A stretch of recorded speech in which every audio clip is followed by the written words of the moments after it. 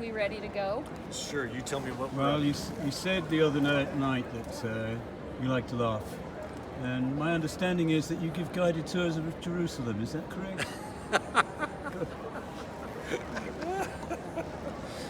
I have been to Jerusalem, and I've received some wonderful tours there. And I would never pay me to guide anyone anywhere in that regard.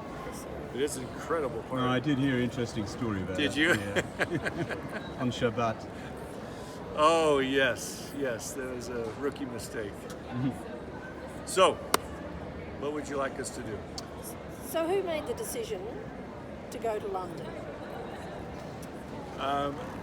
I'm not being coy here. No. The industry did. Yeah, Literally. okay, yeah. We've been asked so long. It wasn't just can we export RootsTech, although there was questions about the West Coast and the East Coast. But when we could, as an industry, actually go and have a successful conference in London, that was the key deal. Because as you know, there's been great genealogical conferences elsewhere and in London. But who do you think you are? King went. We've had others, and so we're very, very deliberate. I wish we could have done this 4 years ago, but we think now is the perfect year that we can finally do what we've wanted to do for a long time. And the key is that the industry, we all go there together and make it a success, and we'll see what happens. When did the seed of the idea start? It was requests. It was requests to take RootsTech on the road, and then I knew, as well as others, if we ever tried it, you have to try it in London. Because London is a great crossroads, and we love the fact that it has the perfect combination, like Utah does, which is there are tremendous local people right there that will definitely support coming to it. It's a wonderful crossroad for people from all over the UK and all over the continent to come on an attendee basis. And then industry-wise, it's a fabulous crossroads for people from the Middle East, from Africa, from Asia, from all of Europe, whether they're archivists or commercial providers or government, cultural agencies, that sort of thing. And then we found a wonderful venue to be able to do that in London. So, okay. You have a wonderful facility for RootsTech of allowing the participants in the conference to check to see if they've got living relations among the other attendees. Do you think you'll have that for London too? Yes, we will, and what will be really telling is how many of the trees, because we all use different platforms, so how many of them decide to take whatever platform they use, because we love all trees, but when they connect to the public family tree, that's when we can show them their connection. So It was quite successful in Australia. was it? Yeah. Tom Reed Yeah. got it out and got everyone there, Good. and he found a few cousins down under, so it worked with such a small audience. Yeah, There were only good. 500, yeah. Well, isn't that demonstrative of where we are as an industry? Yeah, yeah. I mean, that's fabulous, because only a few years ago, it was all very proprietary trees based on proprietary platforms. Okay. That's good. What else? Okay. About the DNA. What kind of DNA? What's that? What kind of DNA elements will At RootsTech London, luckily all of the DNA providers that I know of are going to join us there, so it should be a great presence there. Are you anticipating a similar size or something like RootsTech was a number of years ago? Probably in between the two. Yeah. Right, so the original RootsTech, we were thrilled when we had 2,000 to 3,000 people here. Because of the venue and because what we need to do to do it right, I imagine that we're going to have probably between 5,000 and 10,000 people. And that would be perfect for, I think, the first one. But we hope that we can get as many as will come. We have no doubt that we'll have well over 5,000. How many people do you have here? How many people are I haven't seen the numbers yet here. I mean, typically we'll have anywhere from 11 to 16,000 for the first couple of days, and then it usually goes 24 to 30,000 the last for Saturday. And so it doesn't feel as crowded though, but that's by design.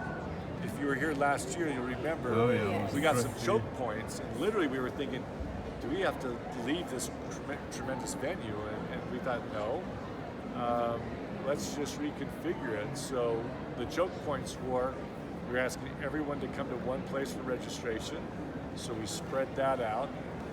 Plus, you only have to go to registration once. And the number one law was no lines for registration. So we moved that, and then we spread, literally, you had classes like this, you had an expo hall like this, you had registration like this, and then I don't know if you've seen this facility right here, this hallway literally physically restricts. And so we found a way, okay, let's just spread everyone out. And so now we've just spread out, you have as many people, but you don't feel near the congestion. That's right. What is the capacity of the largest room where we see the keynote speeches? Yeah, so one thing we did, for example, is we changed a bunch of classrooms because that's the key constriction that we had. So right now, in the main hall, I want to say that holds about 6,000 now, which used to hold more. Yeah. But then we made the classroom right next to, the Ruby Room, that holds 3,000, okay? And it's been serving as an overflow for the main hall. So the biggest is 3,000, I think, is the Ruby Room, but then we have the Onyx Room and the others that are several thousand. So I think that's been very, very helpful. It's impressive. Why did you pick Ruby? I was telling you earlier, I'm the co-leader of the Ruby One Name Study. Because we knew you were coming. And my team members were so impressed to see that you'd named a room for us. Well, there you go. Well, you saw the theme though. There's Onyx, there's Ruby. I mean, so yeah, the gems are there. Okay. So, Go ahead, Jill. go ahead. I was going to change tack actually Yeah, me too. to the International African American Museum. Okay. And how did that come about, your relationship with that? And Well, thank you How- for asking. yeah. I'll try to keep it short because it's a long subject and it'll make me cry. So I'll keep it short. We've talked before about what we've done for the African diaspora, and especially of the enslaved Africans. And just so you know, we're always thinking global. It's what does it mean for the African diaspora in Europe, in North America, sure, but that gets dwarfed by the Caribbean and especially South America and Brazil, where many, many, many more enslaved Africans went at those times. But we have this wonderful blessing to have these opportunities that have come our way the last 5 years, specifically for African American descendants. And the Freedmen's Bureau is one of those. Other organizations, both academic and genealogical, that we've been able to work with. And so this is a long-term strategy that we're doing. One of the first things was what records are out there. How do we make sure we can give everyone access to it? The indexing was huge for us, and it wasn't just the Freedmen's, it was also census records and others in different geographies here. But that's all just a means to a bigger end. The bigger end is how do we help them build their trees? And so that's what we're looking at. Now we get to the next level, building trees, and trees can be from genealogy, but also needs to be from DNA. So that wonderful population of the world is a great way for us to really bring genetic genealogy together and really meet a huge demand where literally they had no other option. And so it's just kind of the perfect storm at this point. And so we were looking for different opportunities, and we learned about the museum, and we already had relationships there with great genealogists in Charleston. So it literally was some discussion, and then Elder Bednar was going down to the south for other. He was looking at other things, and we took advantage to meet with Michael Moore and with everything. And we found if it is to be, it will be. And this one, and it happened quite quickly, by the way. This is not. This has just happened the last couple of months. It's phenomenal. Yeah. Thank you. And in addition to this, what's really happening, what we're doing in Africa right now with the oral genealogies, we piloted it 2 years ago after several years of development. We scaled it this year. 2018 was a tremendous success. We're going to continue to scale it, and we're going after a very, very aggressive, urgent effort to gain these village memories before the village rememberers go on. Can you tell us just a little bit more about the process? I work with a lot of members of the Church of Jesus Christ of Latter-day Saints who love serving missions. So if they were inspired by this project, is there a way they can participate or help or support in some way? Well, thank you. Yeah.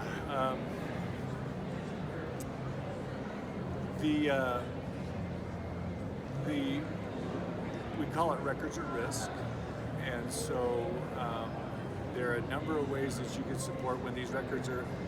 The nice thing about our current process is they're being published indexed right off the bat. So we don't need a lot of indexers to help us with the oral genealogies at that point. But we're also doing after a lot of written records in Africa as well. And people think, well, the written records aren't there. No, there's tremendous written records there, both for the local governments as well as because of colonization. So you'll start seeing many more records from the African countries that need to be indexed. They need to be saved. Yeah. So indexing West Africa opportunities. Were you? Went to about 5 or 6 countries, and oh Yeah. my heavens. But I think the best thing you can do is to make those of African descent aware of this resource, of what they have. And because now they have ways to connect like they never connected before. And point them to one of the wonderful DNA providers because they're being able to help the rest of the gap. So that kind of is a bridge to discovery. That's the other side of the pond, and so that's why this is the perfect scenario because we think that we're scarce on written records, but the more and more we dive into it, there's plenty of written records. We're now going to go after the oral histories. Now DNA will help us literally go over the pond, and you need all three of those to really finally reconstitute this wonderful African family. And we'll do the same with the Chinese family, we'll do the same with the Korean family, we'll do the same with the Irish family. But this is a great way to start. And like you're saying, I often say what we're doing here is great preparation for what we'll really do in Brazil. Because Brazil they really need the connection when you look at how many of enslaved individuals went to Brazil. So we're looking for where's the Freedmen's Bureau of Brazil, and it's not popping up obvious, but I guarantee we're going to find it. What is the demographics of this particular show? Are the people mostly from Utah? I'm from New York. And just for instance, it seems that the name tags I see, a lot of people are geographically based in this area. And that's the nice thing about Utah and London or similar. There's local attendees that love this sort of an event. But we have people this year. All 50 states are here. Yeah. We have 34 countries That's that are first here. for all 50 I states, know. We isn't always it? have one state Yes, you always have we have something. one state and a state It's different. changes every year. Yeah. But this time we got all 50 states here. It is a more global crowd. And I just left this group of there are teenagers here from Texas. Yeah. There's about 8 of them. You're going to see the demographic in that regard is it was empty nesters, and now it's many more baby boomers. Tomorrow you'll see millennials and even children. And so when we designed the conference to accommodate all of that. Every day's different. That's right. Is there anything that keeps you up at night? Anything that makes you seriously worried? We've been on a rising trend for the last 20 years.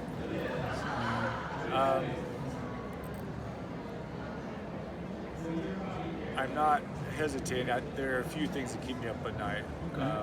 Well, give us two then. one of the first key things, and I can't thank the industry enough for this. I've been in growing industries before where they were brand new. And industries can be their best and worst enemies. And especially growing industries. And this industry is growing so fast, so quickly. So what keeps me up at night, and this is sincere, will we all just stay kind to each other? Yeah. Can we make sure that the industry will grow, the competition will get keen, but we will keep the very unique spirit and feeling of this industry, because the cooperation along with the competition is what's really going to make a difference. We owe it to the world to make sure this scales and grows, and so far we've been able to maintain that. And in fact, you might know better, but I think each RootsTech is actually showing us, when we all actually do gather together, it's not just maintaining itself, it's getting better and better. And because if we can just keep peace and keep each other challenged and don't shy away from the hard stuff like privacy and that sort of thing, but go after them together, there is plenty of opportunity for everyone to have huge success here. I've also been waiting for the people who are just coming in to get a piece of their own, because 99.9% of these people are driven by mission. And so I hope we can keep with that. And so far I think we are. We'll have some stinkers that come in, and snake oil salesmen and others. But so I think that they will stand out so much because of the environment this industry's created that they won't survive. Am I overstating that? You've been in this industry. Oh, I'm only an amateur, but I've been around. Yeah. Yeah, it feels it's a more global group. It's a more inclusive group than it was back when there were 3,000 of us. Yeah, I've been coming longer than you have. Yeah. The other thing that keeps me up at night is just the safety of our people. Yeah. I mean, we're global.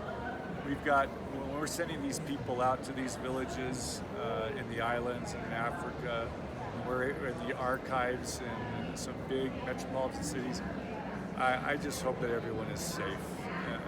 And then here at RootsTech, I just hope everyone is safe. Yeah. So, one does fear actually coming to America. yeah.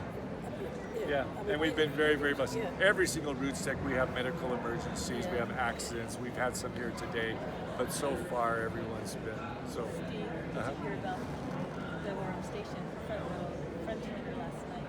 What's that? Did you hear about the Orem Station in front runner? No, I didn't. Yeah, there was a shooting at 8:30 last night. Really? And I just read on the news. I've been following it all day. Have you? But the individual who was shot is now deceased, and they have yet to catch the man who pulled the trigger. So we do have those incidents. Right. I was concerned of a number of people here who travel by front runner. This year I felt impressed enough to do so, and I couldn't, and I did. But I do have a personal question. Yeah. I've met your lovely mother, and I realized when you announced your grandson that there's now 4 generations. Have you yet taken that significant photograph? Oh, Yes, we did. Yes. We did, Okay. and just there's a reason. Yeah, I keep my. Yeah, that photo's been taken. It's not going to be posted anywhere, but it's been taken. I'm not asking We you to might post see it. it next year. I'm not asking you to post it, but sometimes in the industry, what I find is the cobbler's children have no shoes. Right. So if you're promoting family history, I want to make sure that that's being Oh, captured. definitely. Yeah, that was a wonderful, wonderful one. What else? Well, I think we're done, Steve, to be honest. Are we? I think Well, I'm sorry. I hope my answers weren't too long. no, you were great. Is there anything We got else 20 you minutes? want